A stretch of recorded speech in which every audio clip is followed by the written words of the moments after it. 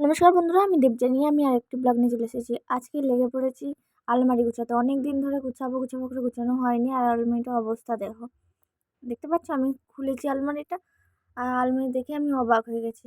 প্রথমে আমার জায়গাটা গুছাবো, ওই জন্য আমার জামা কাপড়গুলো বের করে নিচ্ছি। এমনিতে কোথাও বেরোনোর সময় জামা কাপড় দেখতে পাই না, কিন্তু এখন দেখো যেন শেষই হচ্ছে না। এত জামা কাপড় একের পর এক বের করেই যাচ্ছি, কিন্তু কোথাও ঘুরতে যাওয়ার সময় জামা নেই। তখন মনে হয় একটা কিনলে ভালো হয়।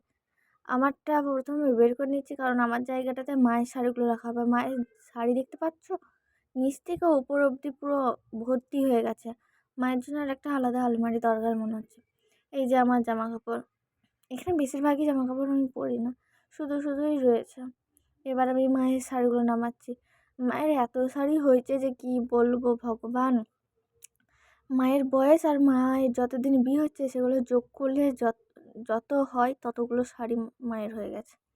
শেষে আমি গুনেওছি, শেষে কটা গুনেছি বলবো। আর দেখো মায়ের শাড়িগুলো নামাচ্ছি। এত শাড়ি আমি নিজেই চাপা পড়ে যাবো। শাড়ি একের পর এক নিচেও পড়ে যাচ্ছে, এতগুলো শাড়ি হয়ে গেছে। তাও মাও আমার মতো, কোথাও ঘুরতে গেলে বা কোথাও বেরোলে সে শাড়িই দেখতে পায় না। বললে আমার শাড়ি কই, নেই তো। বাবাকে শুধু বলবে আমাকে একটা শাড়ি কিনে দাও। বাবা বলে হ্যাঁ হ্যাঁ, আলমারিতে এত শাড়ি আর তোমার কাছে শাড়ি নেই। মা বলে কই শাড়ি। কিন্তু এই যে যখনই হচ্ছে আলমারি খোলা হয় তখনই বোঝা যায় মায়ের কটা শাড়ি। আমি তো হাঁপিয়ে গেলাম, এত শাড়ি দেখতে পাচ্ছ। দেখো শাড়ির পুরো পাহাড় হয়ে গেছে।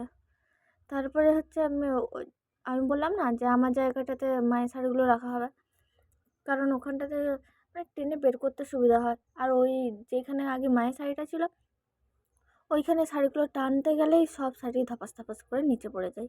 আর এখানে দেখাও হবে আর শাড়িগুলো গুছানোও হবে। আমি তো ওখানটা তো গুছিয়ে নিলাম যেখানে রাখা হবে, কিন্তু কোনটার পর কোনটা যে শাড়ি সাজিয়ে সাজিয়ে রাখবো ওটাই বুঝতে পারছিলাম না। তারপরে মাকে ডাকলাম যে তোমার শাড়ি তুমি এসো গুছাবে। মা গুছাতে শুরু করলাম।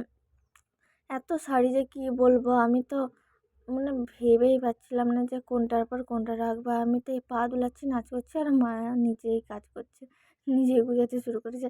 তারপরে এই যে আমার জামা কাপড় গুছানো শুরু হলো। আমার জামা কাপড় অতটা নেই, দেখতে পাচ্ছ নিচে কত খালি, এখনও অনেকগুলো ধরবে।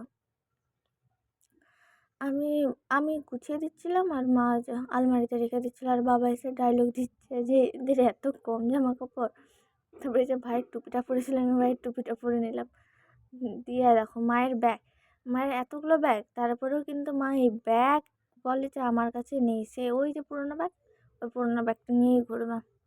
এই ব্যাগগুলো আর নেবে না, এই ব্যাগগুলো সব আলমারিতে রাখার জন্যই কিনা হয়েছে। তারপরে দেখো আমাদের গুছানো অলমোস্ট কমপ্লিট। তারপরে দেখো মাকে দেখাচ্ছি বলে মা রাগ দেখাচ্ছে। যাই হোক আমার গোছানো হয়ে গেল। কিন্তু এই যে আমি তোমাদেরকে টাটা বলছি, এটা কিন্তু টাটা নয়। এই যে আমি বাইরে এসে দেখেছিলাম যে বানর এসছে, ওদেরকে আবার ক্যামেরাটা নিয়ে চলে এলাম বানরগুলো দেখাতে।